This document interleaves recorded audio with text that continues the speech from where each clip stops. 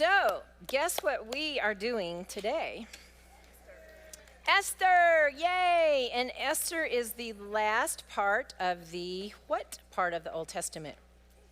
The history books. So today, I will be finishing up the discussion, the teaching part of the 12 books of history, which is the second major part of the Old Testament. So, for those of you that have been around a while, if I say 5, 12, 5, 5, 12, you can say it with me, right? Okay, 5, 12, 5, 5, 12. Now, what on earth does that mean? The first 5, what? Nope, 5. The law, 5 books of the law. And the next 12 that we've been in for a few weeks, 12 books of, all right. And then the next 5, very good. Some of you have been doing your homework. The next 5 is 5 books of wisdom, which we're going to be starting over Christmas break. Yay! And then the next 5 major prophets. 5 major prophets. And then the last 12 minor prophets. So now you all know your way totally through the Old Testament. So, okay, for those of you that are newer, we're going to let you in on our little secret formula for how to memorize the books of the Old Testament. Okay, so we're going to do it all together. 5, 12, 5, 5, 12. See? Now you know everything you need to know about the Old Testament. All right. So, today we get to talk about Esther. How many of you love the book of Esther? I love Esther. If you've never read it before, you are in for a treat. And I have a runny nose. If someone could bring me a Kleenex, I would be most grateful. Thank you. We'll just leave that box up here. Thank you. All right. So, that was for free. All right. Esther is one of only 2 books in the whole Bible named after a woman. Did you know that? Anybody want to venture a guess on what the other book is? Ruth, very good. Man, you guys are on board today. You're on top of things. All right. Esther is one of the easiest reading books in the Bible. You know why? Because it reads like a drama. And if you happen to like romance dramas, we even have some romance thrown in here. So it's like this 4-act play where you're going to have suspense, you're going to have intrigue, you're going to have a terrible villain, and you're going to have a heroine named Esther. And Esther falls in love, and there's just all sorts of cool things. So it's everything you need for a great drama. The cool thing is it's not fiction. It's true. It's true. Now, let's talk about a little bit of context. So the story of Esther takes place, we've just been in the Persian Empire with Nehemiah, right? We're still in the Persian Empire, but it's a little confusing because the story of Esther happens before Nehemiah. Not sure why they put Esther after, but I'm sure they had a great reason. So this takes place primarily in the capital city of Susa. This was around 479 BC. King Xerxes was in power. In your groups today, you talked about King Artaxerxes. Artaxerxes is the son of this king, all right? So this is about 60 years after the first group of exiles have returned to Judah. It's about 20 years before Ezra leads the next caravan, and it's about 30 years before Nehemiah is going to lead the third and final group of exiles back to Judah. Our story covers about 10 years, so there's a lot of time that goes by in between events. Now, in the backdrop, the Jewish exiles are being encouraged to return to Judah to rebuild. What are they rebuilding? They're rebuilding the temple. They're rebuilding the wall, the broken down wall around Jerusalem. but they're also rebuilding their belief system. They have forgotten about most of the Mosaic law, and they need to rebuild their spiritual lives. So that's a really important part of the backdrop. We don't know who the author is. It's possibly Mordecai, who's one of our main characters in the story. It's possibly Ezra, our dear scribe. But we do know that whoever it was, this author was clearly familiar with both Jewish customs, Persian customs, different philosophies around the world, and they spoke different languages. Okay, they spoke Hebrew, and they spoke the other secular languages of the day. Now, the main players in our story, get ready. First up, we have the very handsome King Xerxes. Xerxes is his Greek name, which Greek is the language of the world, still at this point in history. But in Hebrew, his name is Ahasuerus, or Ahasuerus. I don't speak Hebrew. If you do, Catherine, where are you? Am I pronouncing that correctly? Okay, all right. Catherine is our resident Hebrew expert. So he is the son of, Xerxes is the son of King Darius. And we've been reading about Darius earlier. Persia at that time was probably the largest geographical world power, and therefore probably the wealthiest empire in the world. The kings of Persia were probably the wealthiest men in the world. So Xerxes had every possible comfort he could want, including a harem, all right? Now, Esther is our heroine, so when we say Esther, you can go, yay, right? So Esther is a Jew, all right? Esther is not her Jewish name. That is her Persian name that is given to protect her and hide her true Jewish identity at the beginning of our story. Her Jewish name is Hadassah. There's also another Persian name, Ishtar, which you might see in some of your Bibles, okay? So Esther is living as an exile in the capital city of Susa. She was orphaned, possibly by her parents having been killed in a prior campaign against the Jews, which we'll talk more about in a little bit. But her uncle Mordecai has been raising her. And Mordecai is like a father to Esther. So we're going to find out in this story that Esther she's noted for her unusual beauty. She's a very beautiful woman. And we're going to find out that she becomes a type. We've talked a lot about types in the past months. So she is a type for the Messiah because God uses her to deliver her people from death, from genocide. Now, I've already mentioned Mordecai. He's also a Jewish exile in Susa. We think he's a scribe. We know he worked for the Persian government. And we know that he is a key figure. So keep your eyes on Mordecai, because if there's no Mordecai, this story has a bad ending probably. Next, and lastly, we have our villain, Haman. He is the villain. Boo, boo, we don't like Haman. Haman is an Agagite. And you may say, well, Christy, who on earth and what is an Agagite? I'm so glad you asked. In your notes, I've given you some cross references that if you go back and read that in 1 Samuel, you're going to be reminded about what happened when our beloved prophet Samuel tells our first king, Saul, and what do we think about Saul? Boo. Saul starts well, but he doesn't end well. So remember, back a few months ago, Samuel has, in our reading, not a few months ago, like many years before, Samuel goes to Saul and he says, by the message from God, I want you to wipe out the Amalekites.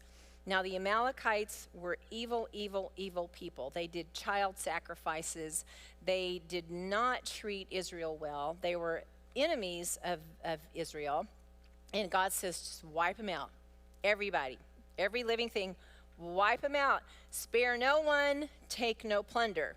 Now, did King Saul do that? No. No, no, no. He did not. So he allows his men to take the plunder, and they spare the life of the king of the Amalekites. Guess what his name was? King Agag.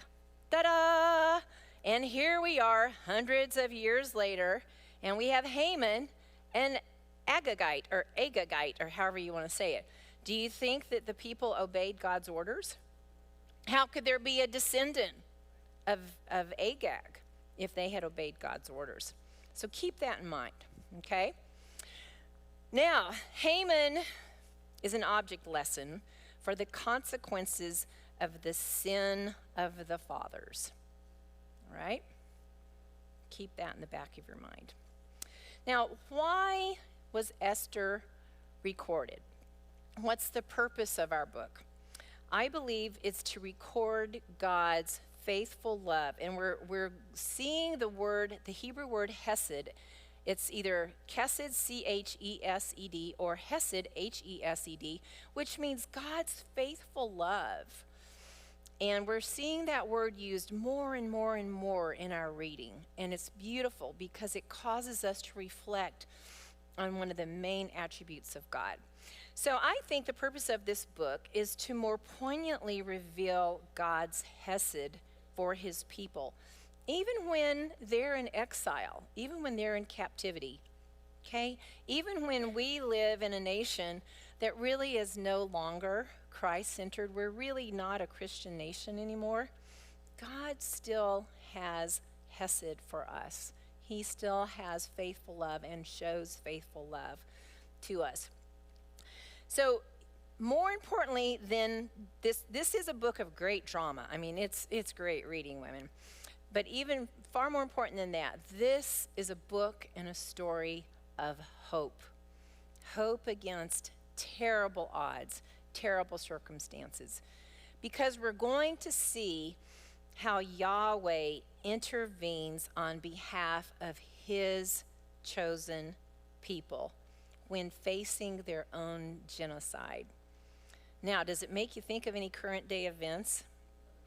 As I was reading this story and preparing for this, I thought, wow, I wonder how many people in Israel right now are remembering and rereading the story of Esther, how God came through. Because Haman wanted to wipe out the entire Jewish race. We know that Hamas wants to wipe out the entire Jewish race. Not only Hamas, Hezbollah, the Houthis. So many in our world would love to wipe out the Jews. But God, right?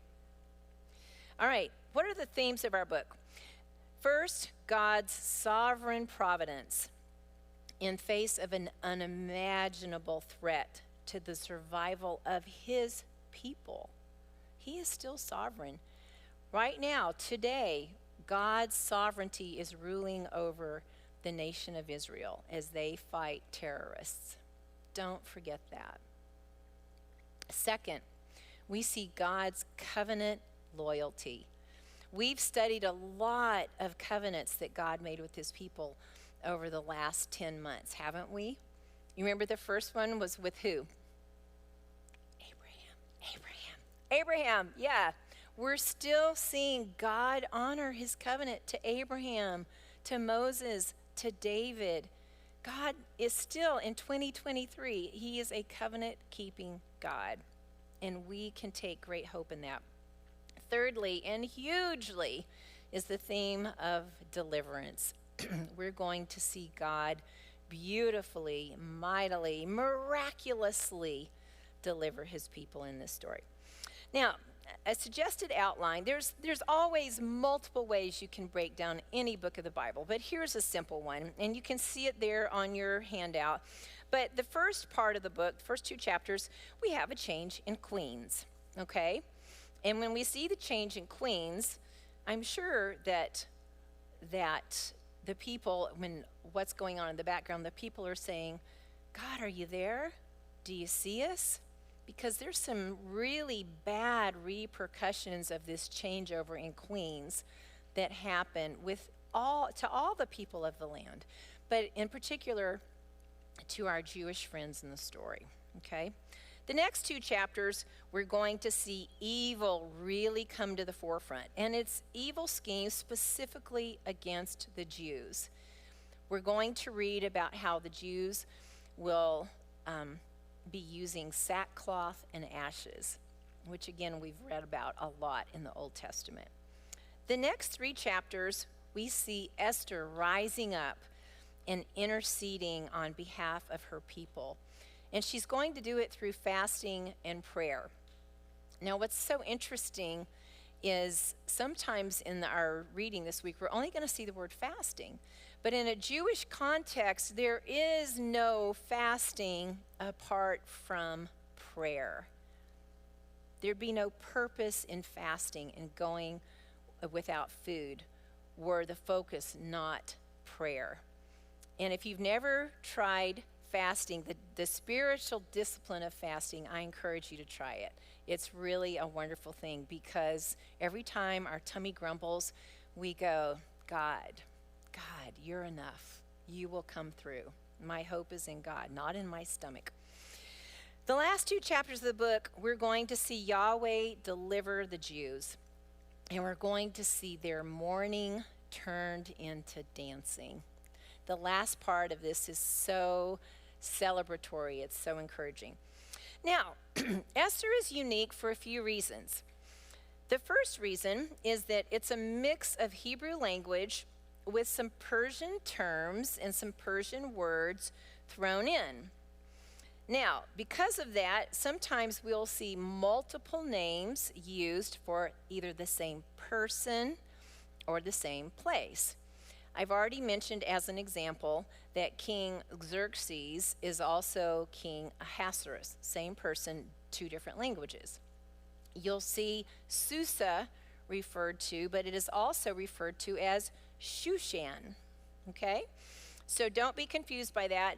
If you're not sure who on earth they're talking about, pull out your Bible dictionary and find out who they're talking about. Or read in your study notes in your study Bible that I highly recommend that you have if you don't have one yet.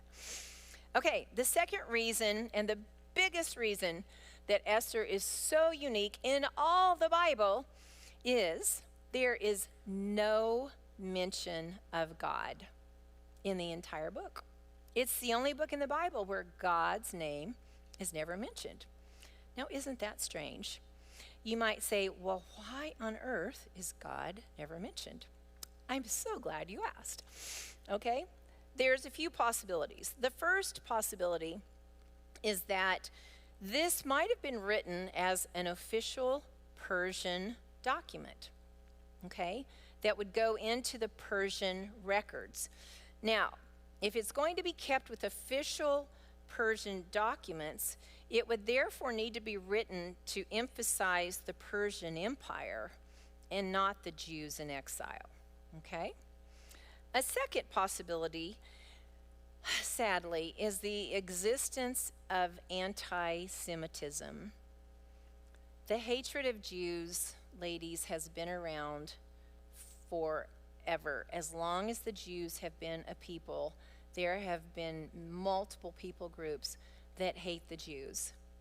They want them wiped out. Again, it's no coincidence that we're reading this today after what happened on October 7th and the continued and spreading, often world hatred of the Jews.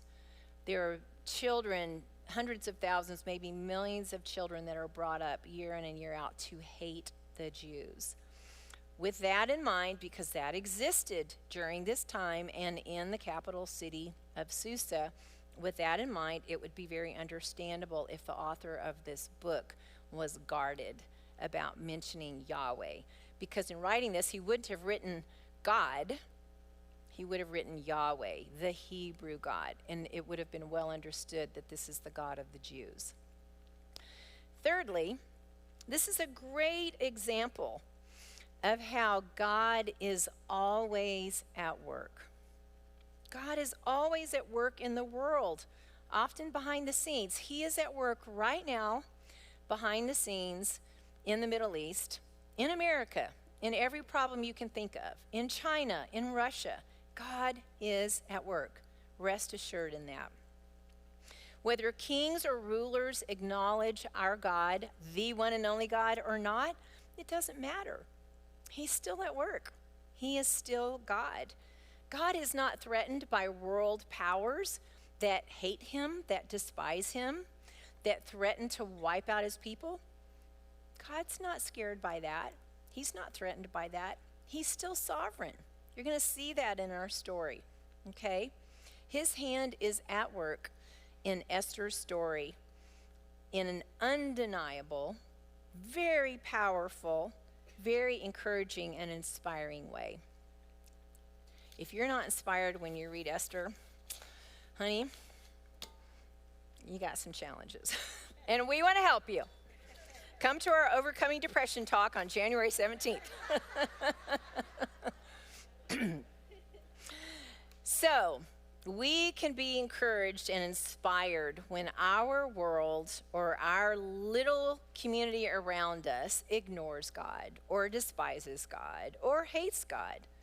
And even more so, if we are hated because we are a Christ follower, we can be encouraged, okay?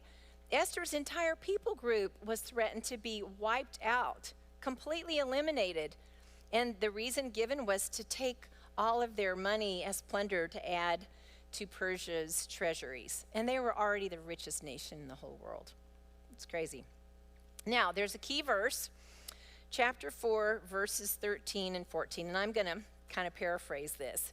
But this is in the part of the book where evil has just really risen its ugly head. And we know that the Jewish people are threatened to be wiped out. So there's this dialogue that's going back and forth between Esther and Mordecai. And Mordecai sends a response back to Esther, and he says, "Don't imagine that you being in the king's palace, while being in the king's palace, can escape harm more than any other Jew in our area." Again, I'm paraphrasing. "For if you keep silent at this time, deliverance will arise from somewhere or someone else, but you will not be spared." Okay? Spoiler alert, she's now queen living in the palace. He's saying even if you're a queen, if it's found out that you're Jewish, they're not going to spare you. Okay? But this is what Mordecai says. "Who knows but that you have not attained royalty for such a time as this?" Ladies, your life today, God has a purpose. You young girls, God has a purpose for you to be used for his kingdom, for his purposes, for such a time as this. Don't lose sight of that. Now, another reason that I love Esther so much is that our 3 R's are so evident all over this story. It is so easy to pick out the 3 R's. And if you've kind of forgotten about our 3 R's, I encourage you as you read this week, take your pen or your pencil and write R1, R2, or R3 in the columns to coincide with where you see those 3 R's, all right? Look for how God reveals himself to man.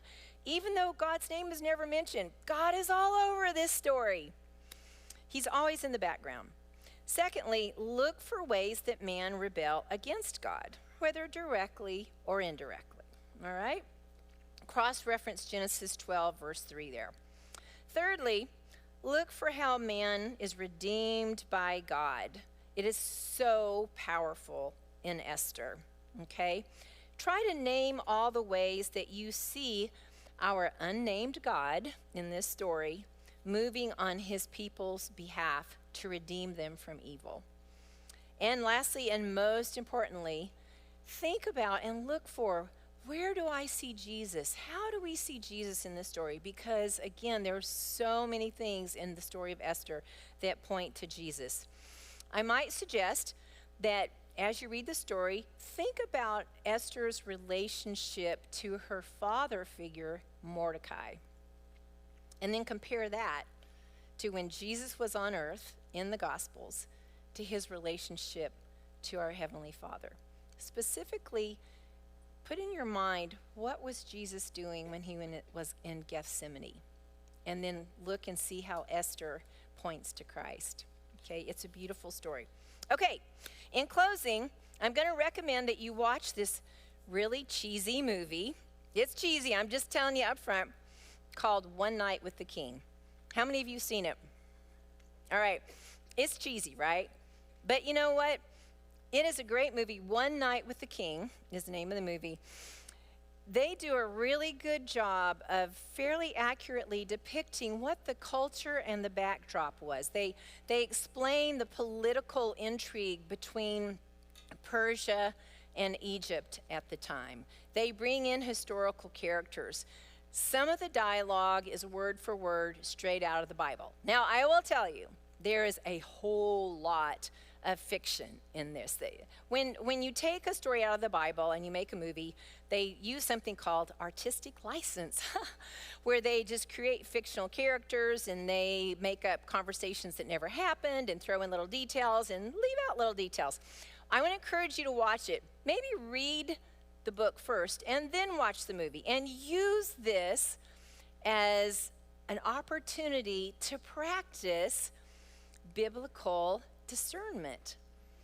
Watch the movie and say, that's in the Bible. That's right out of Scripture. And they go, that is so not in the Bible.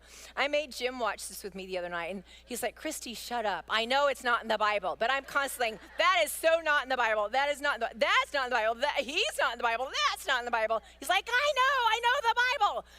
But it's a great exercise for every one of us because, ladies, more and more and more, we are going to see things in the world where angels of darkness are going to appear as angels of light. People are going to tell you things. People are going to publish things that is made to seem straight from the Bible. This is a perfect exercise in learning to discern what is flesh, what is spirit. Okay? Would you do that for me? It's a fun movie. You just kind of have to laugh a little bit, but it's fun. All right. Now, next up, we're going to start the next major section of the Old Testament, which is wisdom literature. Yes, ma'am? I'm sure you can get it on Netflix. You can get it on Amazon Prime. Whatever you use to rent movies, you should be able to find it there. It's been around a few years.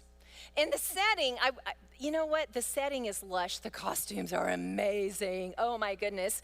If you're a seamstress like my lovely daughter-in-law sitting over there that's not listening, you will love the costumes. The costumes are gorgeous, gorgeous, gorgeous. And it really is an apt representation of the Persian Empire. If you need a good seamstress, she's over there.